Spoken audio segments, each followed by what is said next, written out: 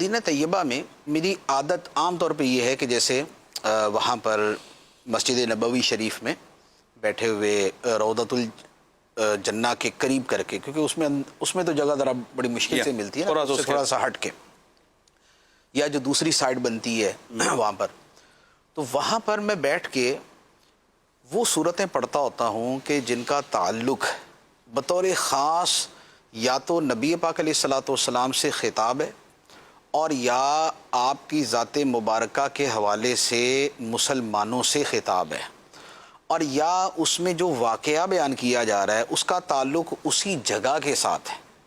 جیسے سورہ حجرات ہے۔ تو اب سورہ حجرات کے اندر جو ہے نا کہ ان الذین ینادونک من وراء الحجرات اکثرهم لا یعقلون ولو انہم صبروا حتی تخرج الیہم لکان خیرا لہم۔ تو اب یہ آیات جب وہاں پڑھ رہا ہوتا ہو نا، تو وہ پورے کا پورا واقعہ جو ہے وہ ذہن کے اندر چل رہا ہوتا ہے ایک۔ اچھا، اسی طرح جو سورہ فتح ہے، تو سورہ فتح میں کیونکہ نبی پاک علیہ الصلوۃ والسلام سے خطاب ہے، انا فتحنا لک فتحا مبینا، تو یہ ڈائریکٹ خطاب نبی پاک علیہ الصلوۃ والسلام سے۔ اچھا، اسی طرح سورہ احزاب کے اندر بکثرت واقعات جو ہیں وہ مدینہ منورہ کے حوالے سے ہیں یا نبی پاک علیہ الصلوۃ والسلام کے حوالے سے،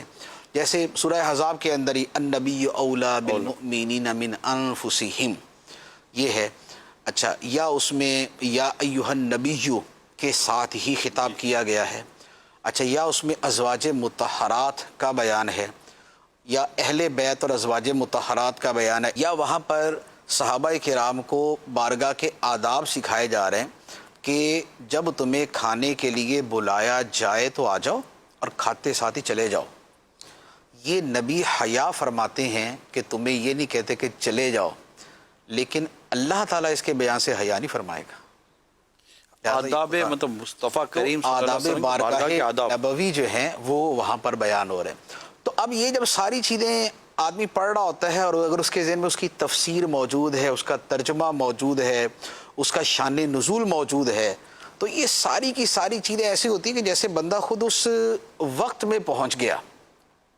تو وہ بڑا ایک بہت زیادہ ایک یوں کہہ لے کہ روحانی تجربہ ہوتا ہے کہ جس میں آدمی اپنے آپ کو اسی جگہ میں پہنچا دیتا ہے۔ اور نزول قرآن ہے، جبرائیل امین علیہ الصلوۃ والسلام آ رہے ہیں، صحابہ کرام کا ایک واقعہ ہوا ہے۔ اچھا، اسی میں پھر جو ہے وہ غزوہ بدر، غزوہ احد، اب اس کی آیات جب آدمی پڑھے گا تو اب اس کا لشکر یہاں سے روانہ ہو رہا ہے، یہاں واپس آ رہا ہے، یہ جو ساری یادیں اس کے ساتھ ریلیٹ کرتی ہیں نا، یہ جتنا آدمی اس کو زیادہ گہرائی کے ساتھ سوچتا ہے اتنا وہ اس واقعے کے اندر چلا جاتا ہے اور اتنا ہی پھر اسے لطف اٹھاتا ہے۔ تو یہ ایک بڑا میرا ایک وہاں کا خوشگوار تجربہ ہے کہ میں اکثر و بیشتر یہ کرتا ہوں۔ دوسرا،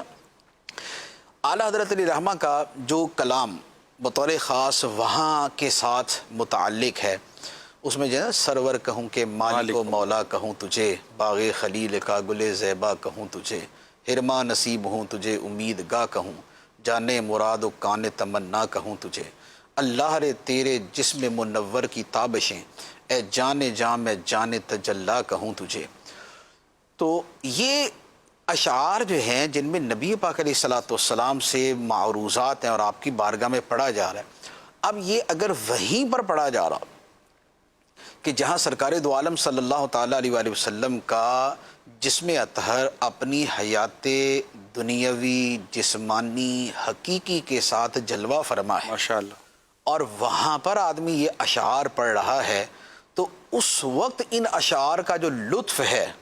وہ کیسا دوبالا ہو جاتا ہے۔ یہ وہاں پر پڑھنے کا جو ہے میرا معمول بھی ہے اور اس کا ایک مزہ بھی ہے۔